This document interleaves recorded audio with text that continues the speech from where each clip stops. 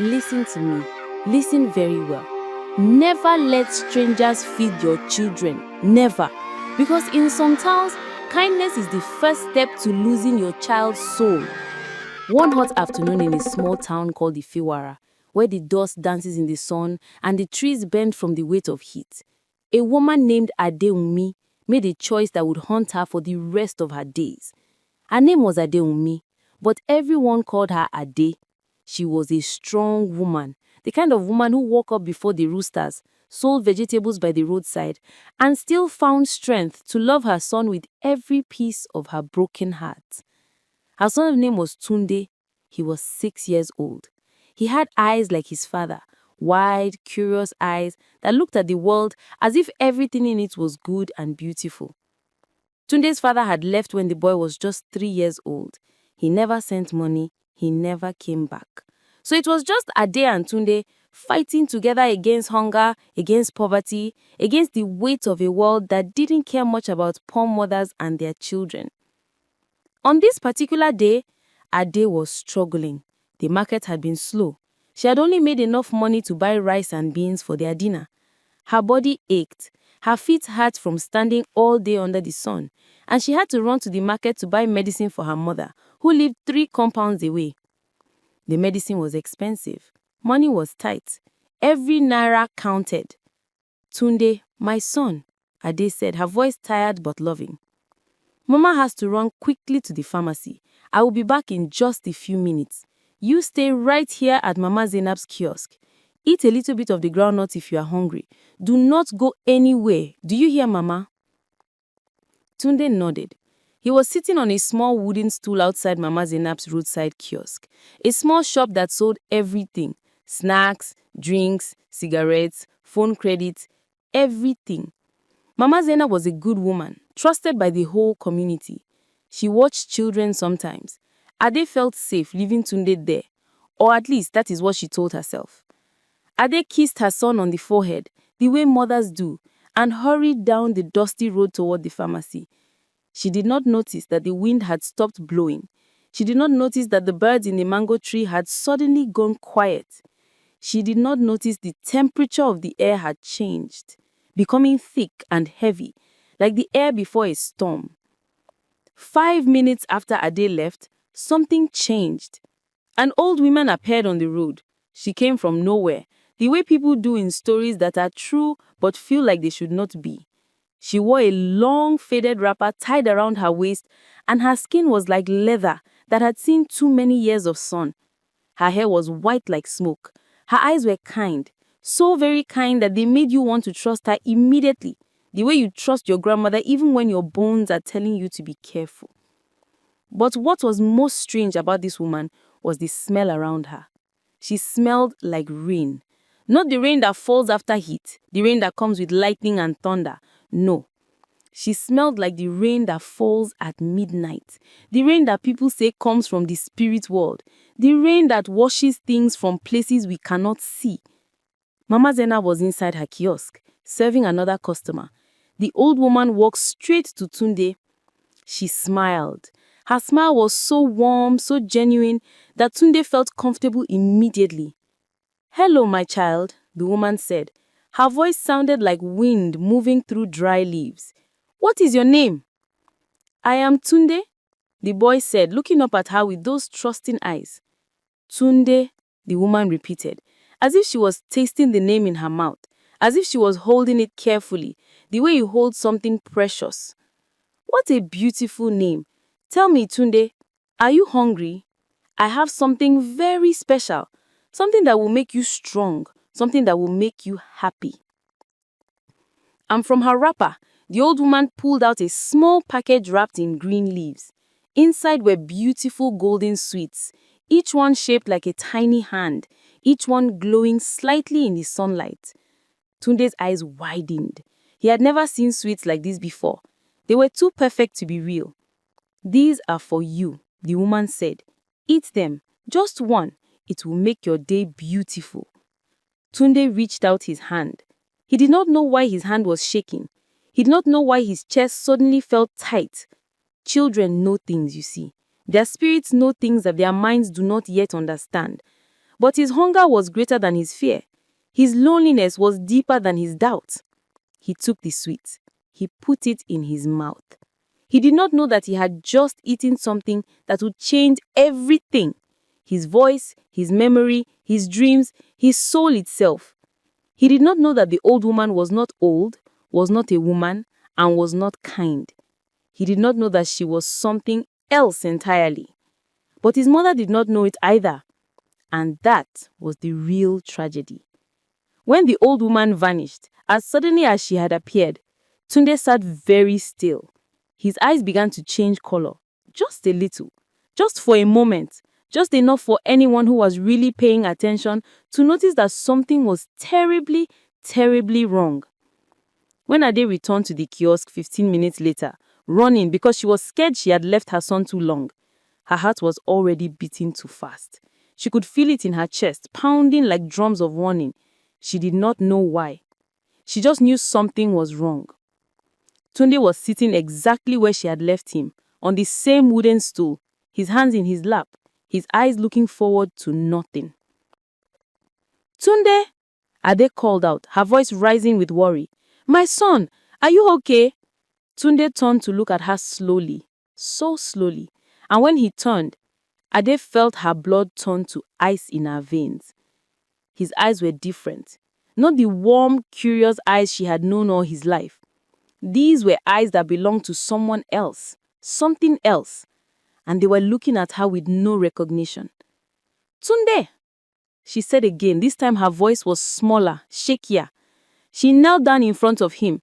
She reached out and touched his forehead. He was burning hot. His skin was on fire. "Hello," Tunde said, but the voice that came out was not his voice. It was deeper.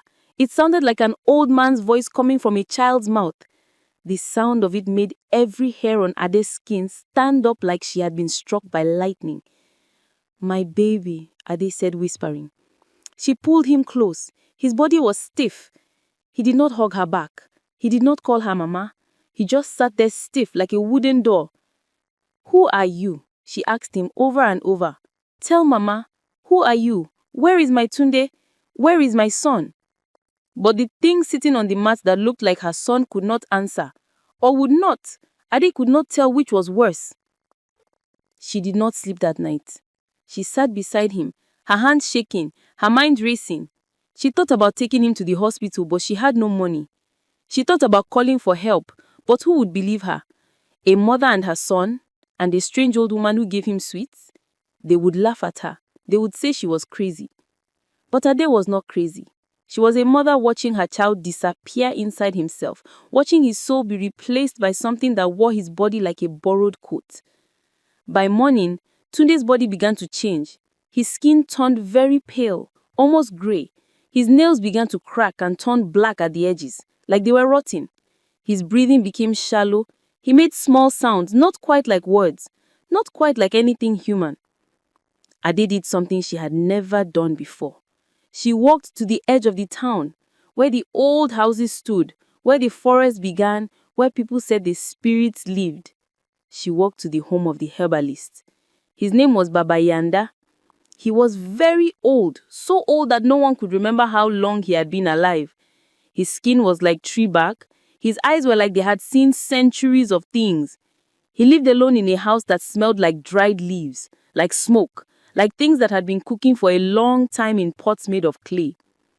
When Ade burst through his door, wild-eyed and desperate, Baba Yanda did not look surprised.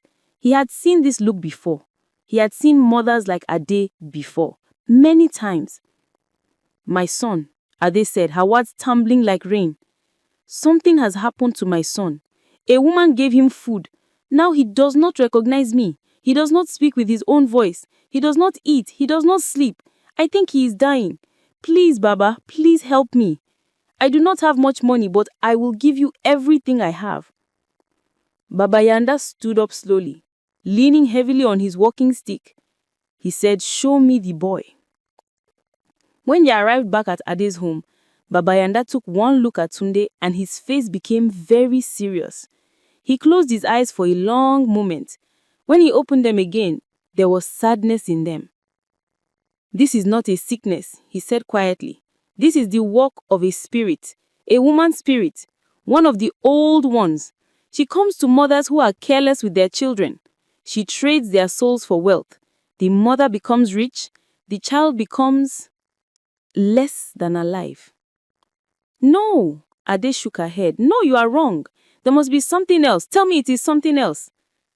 I am not wrong, Baba Yanda said. And I can help. But it will take time.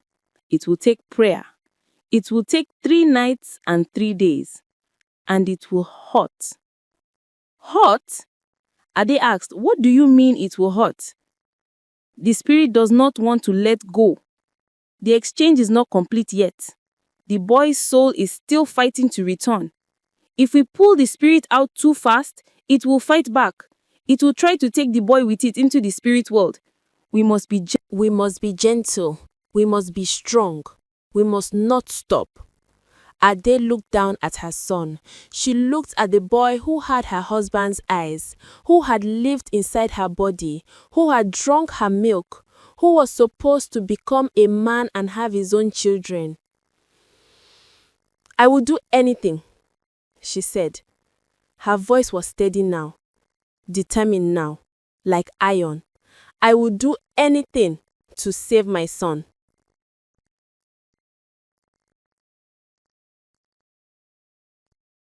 Baba Iyanda told Ade to bring Tunde to his house at sunset. She wrapped her son in a cloth, the way you wrap someone who is about to die, and she carried him through the streets. People looked away. They did not want to see this. In towns like Ifewara, people know when something is being touched by the spirit world. They know to stay away. They know to mind their business. When they arrived at Baba Iyanda's house, the sun was turning red on the horizon. The old herbalist had prepared his room. The walls were covered with plants, dried leaves, roots, flowers that Ade had never seen before. There were small gourds of liquid everywhere, each one a different color. There were candles made of things that were not wax. When they burned, they made the air smell like burning bones and ancient earth. What do I do? Ade asked. You stay, Baba Iyanda said. You stay and you do not leave. No matter what you hear, no matter what you see, you do not leave your son. Do you understand? Ade nodded. Baba Iyanda began to chant. The sounds that came from his mouth were not words in any language that Ade knew. They were older than words. They were the sounds that things made before humans had language. The sounds of wind, of water, of spirits calling to each other across the darkness. As he chanted, he began to apply things to Tunde's body. Liquids that smelled like fire, powders that made the boy's skin turn red, leaves that he crushed and put on Tunde's forehead, his chest, his hands. And then Tunde began to scream. It was not a child's scream. It was the scream of something ancient and angry. It was the scream of something that did not want to let go. The scream filled the room, filled the night, filled the world. Ade reached for her son, but Baba Iyanda held up his hand. Do not touch him, he commanded. If you touch him, it will pull you in. The spirit will take you both. So Ade had to sit.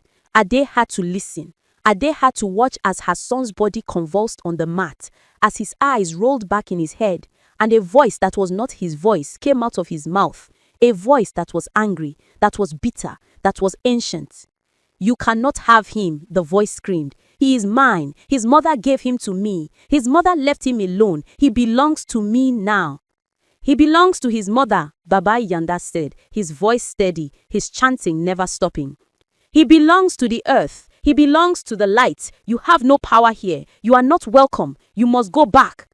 I will not go, the voice screamed. I have taken what I came for. His innocence, his trust, these things are mine now. And when I am finished with him, I will take his mother too. Ade felt her blood turn to ice. She wanted to run. Every part of her wanted to run. But she stayed. She sat. She watched. She was her son's witness in the darkness. All through the night, the battle continued. Baba Iyanda chanted. The spirit screamed. Tunde's body moved in ways that bodies should not move. And Ade's tears fell, one after another, like rain. Near dawn, something changed. The spirit screams became weaker. The chanting became louder, and slowly, so slowly, Tunde's body began to still. His eyes stopped rolling, his screams became quieter, and finally, silence fell. Baba Yanda stopped chanting. He was breathing heavily, as if he had been running. Sweat covered his face, his hands were shaking. It is almost done, but not yet. Tomorrow night we do this again, and the night after, 3 nights, the spirit must be convinced to let go completely. Will he survive? Ade asked, her voice broken. Yes, Baba Yanda said, your son will survive, but a part of him will be changed forever. The spirit has touched him. He will remember somewhere deep inside that he was touched by darkness. Even when he forgets the details, his spirit will know. He will carry this with him always. Ade looked down at her son. He was sleeping now, his face peaceful, but there was something in his face that had not been there before. Something older, something sadder. She reached down and touched his forehead. This time, his skin was cool. This time, it felt like her son again. But she knew the truth. Nothing would ever be the same. The second night was worse than the first. The spirit fought harder, screamed louder, made promises and threats. It told Tunde's mother that she would make her rich if she would just let go, just let the exchange happen, just accept the deal. I do not want to be rich, Ade shouted at the darkness. I want my son. I want my son. And she meant it. She meant every word. No amount of money, no amount of wealth, no amount of comfort could replace the boy she had carried in her body, the boy she had birthed into the world, the boy who was her reason for living. The third night was the longest night of Ade's life. But by the time the sun rose on the third morning, something had changed in the room. The air felt lighter, the darkness felt less heavy. And when Baba Yanda stopped chanting and Tunde opened his eyes and looked at his mother and whispered, Mama, in his own voice, in his own beautiful voice, Ade collapsed and wept. Her son had come home. But coming home was not the same as being home.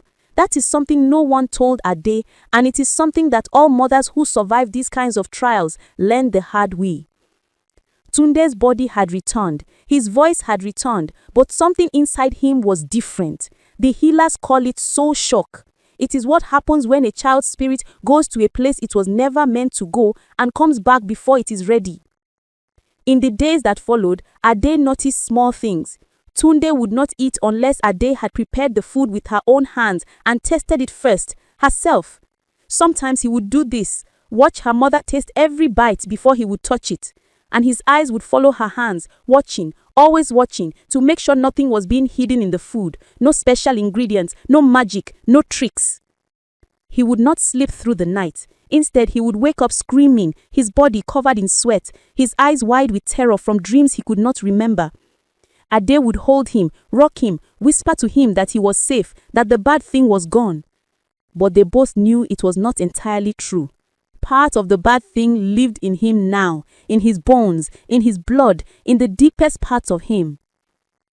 He began to refuse to go anywhere, not to the market, not to the village square, not to visit his grandmother. If Ade left him alone for even a few minutes, he would panic. His breathing would become fast and shallow. His chest would start to hurt, and he would call for his mother with such desperation that it broke her heart. Do not leave me, he would whisper.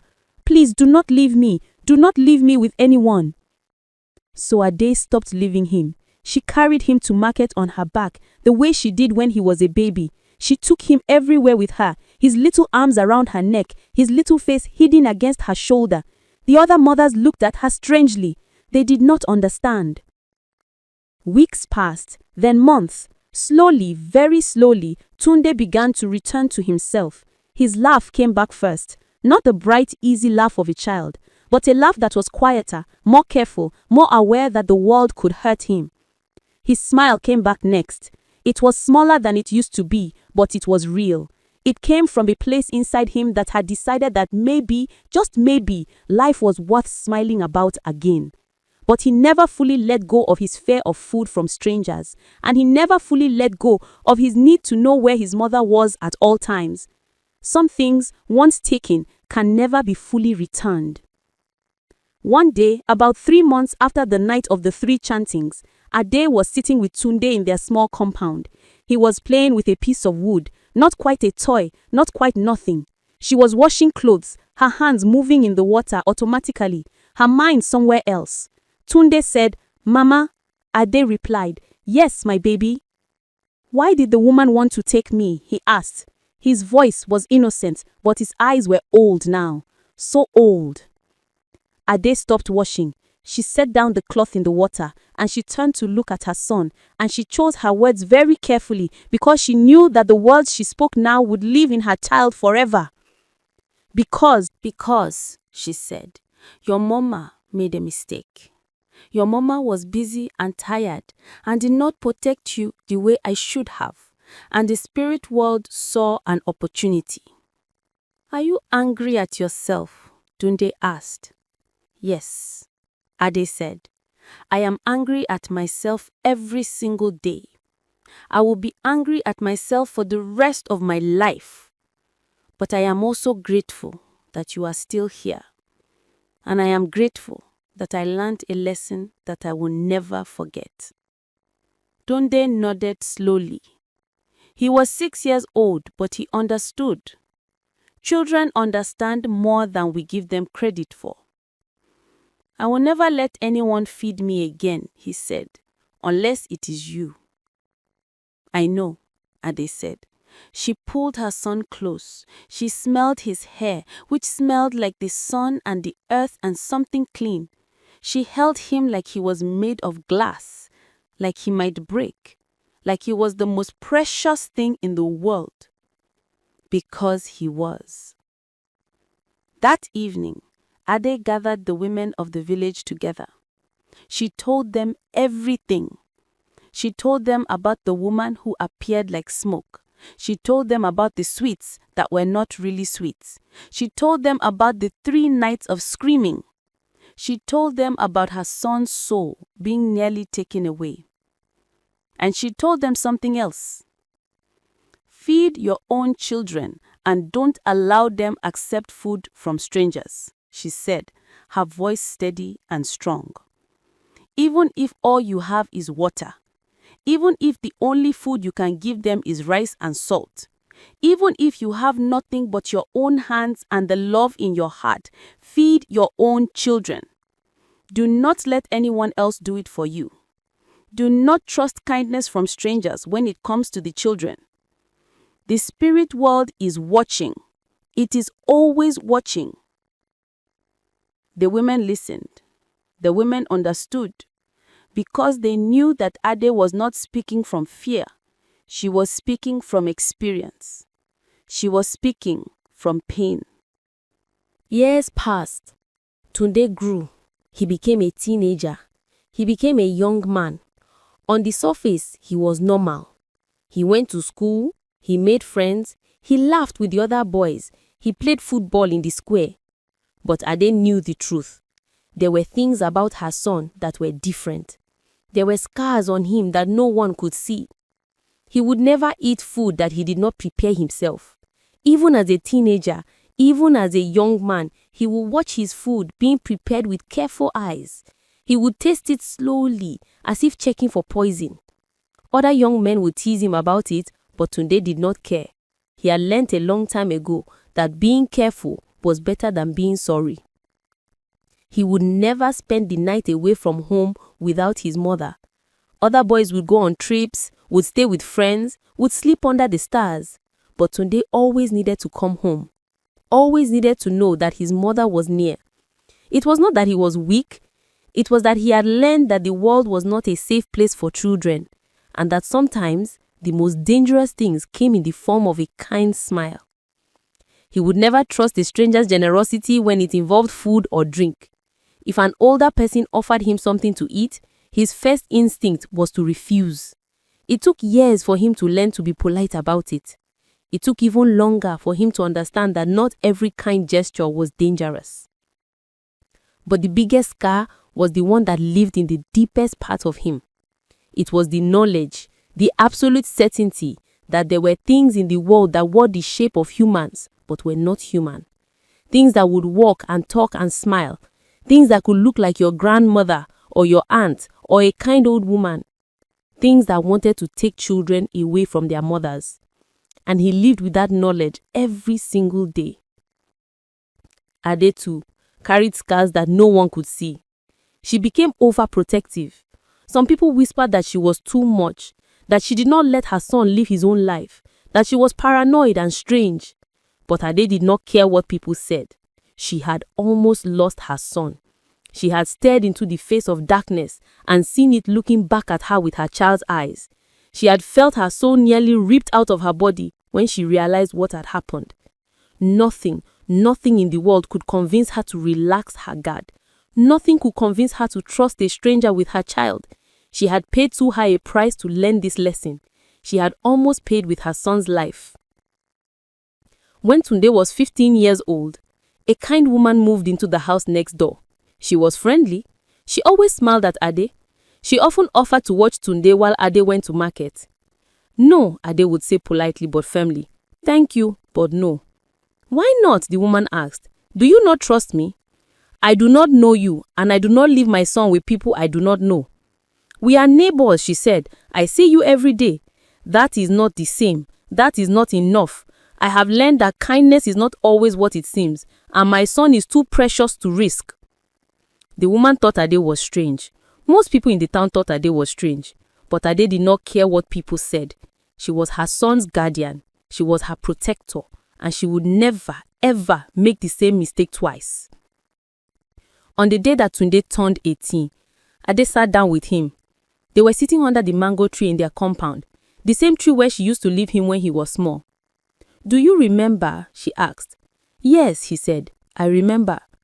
I am sorry, she said. I am sorry that I left you. I am sorry that I was not there. I am sorry that you had to go through that darkness.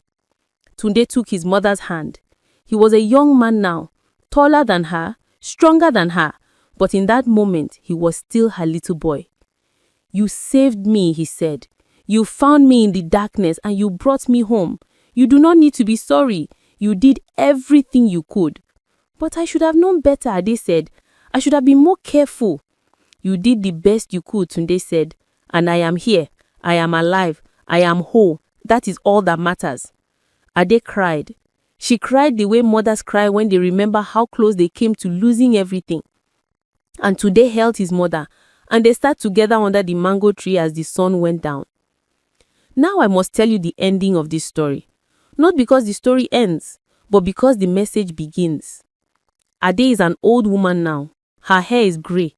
Her hands are marked with the lines of time and hard work, but her eyes are still sharp. Her mind is still clear, and she has never, not for a single day, forgotten the lesson that was written into her heart in blood and tears. Tunde is a grown man now. He has children of his own. And do you know what he does? He feeds his children. He prepares their food with his own hands. He tastes every bite before they eat.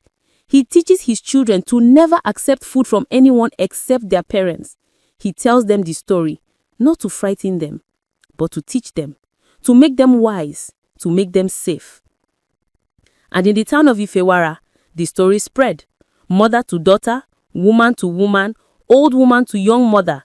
The story of Ade and Tunde became a warning, became a lesson, became a truth that every parent understood. Feed your own children, Ade tells people now. She sits in the square and she tells her story to anyone who will listen. Feed your own children, even if all you have is water. Even if you have nothing but your hands and your love, feed your own children. Do not leave them with strangers. Do not let strangers touch their food. Do not believe that kindness from a stranger is always real kindness. Sometimes the kindest looking face is the most dangerous. And the women listen. The young mothers listen. The grandmothers listen. Because they know that Ade is not telling them a fantasy. She's telling them a truth that exists in the real world, in the seen world and the unseen world, in the daylight and in the darkness. Ade knows that there are people who will say she's crazy. There are people who will say that spirits and soul stealing are things of the past, things that do not happen anymore in the modern world. But Ade just smiles at these people. She smiles because she has lived. She has suffered. She has learned. The pain she felt was real. The change in her son was real. The fear that lived in her heart was real. And the lesson was real. That is what I want to tell you today, my friend. That is why I'm sharing this story with you. Because somewhere in your family, there may be a mother who is about to make the same mistake that Ade made. I am begging you to feed your own children, to watch over them, to protect them, not because the world is always evil, not because every person who smiles at your child is a threat, but because you can never be completely sure. Because the cost of being wrong is too high. The world is beautiful, but it is also mysterious. And there are things in the mysterious parts that we do not fully understand. Things that can hurt our children if we are not careful. The cost is the soul of your child. The cost is your own peace of mind. The cost is a pain that will live with you forever. So now I ask you, if you have watched this story until now, if you have listened to Ade's pain, if you have felt the weight of this truth, then please share this story with someone. Tell a mother, tell a grandmother, tell anyone who has children in their care. Tell them to feed their own children. Tell them to be careful. Tell them that strangers are not always what they seem. And if you have not yet pressed that subscribe button, press it now, because there are more stories like this, more truths that need to be told, more lessons that have been learned through pain and suffering,